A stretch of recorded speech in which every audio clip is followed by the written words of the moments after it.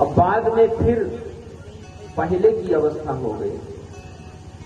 बीच में एक आध बार अब श्री किशोरी जी की साड़ी भीगी हुई थी, तूफान और वर्षा के कारण, जैसे यहां वर्षा होने लगी तेज में,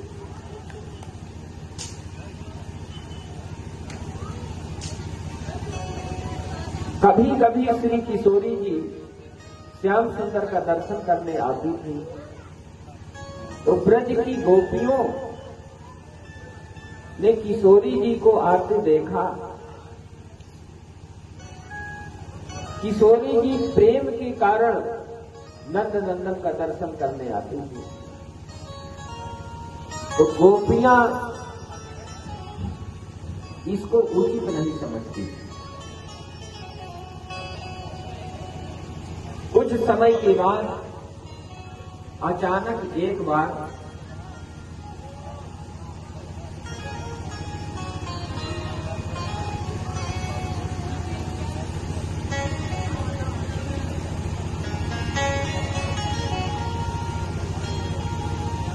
नंद नंदन को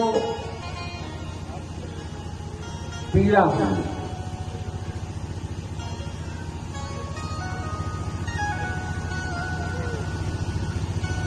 या कह लीजिए कि उदर पीड़ा हो गया। वैद्य जी को बुलाया गया, तरह तरह के उपचार कराए गए, नहीं ठीक हो रहे। कैसे ठीक होंगे? कहा एक स्वर्ण की कलसी मंगाई जाए, उसमें छिद्र कराया जाए और उसको यमुना जी में इस पार से उस पार बांधा जाए और उसमें इस पार से उस पार कोई जाए और जल ले करके आवे और फिर नंद नंदन को उस जल से अभिवासित करे, तब वो ठीक होगा। अब कोई आने को तैयार नहीं, जितनी गोपियां हैं सब पीछे हो गई। तैयार तो बहुत हुई लेकिन कोई सामना नहीं कर पाया। कोशिश भी किया लेकिन फेल हो गई।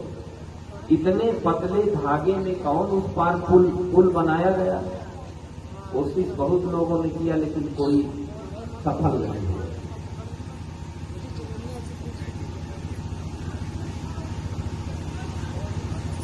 तो वैद्य जी ने क्या किया?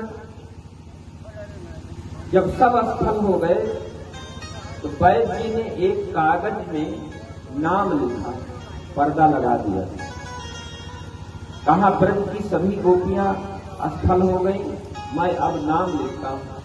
तो उसमें रा और धा 2 अक्षर लिखे।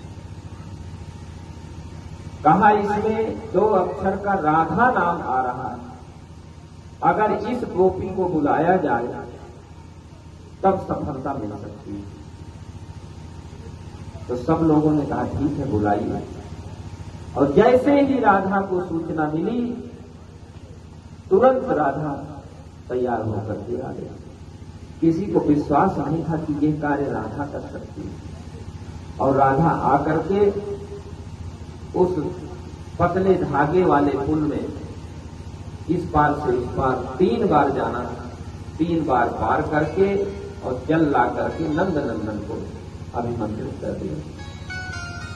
इस कार्य को ब्रज की समस्त गोपियों ने, ग्वाल बालों ने देखा और नंद नंदन उस जल के पड़ते ही ऐसे ठीक हुए जैसे सो करके उठ गए।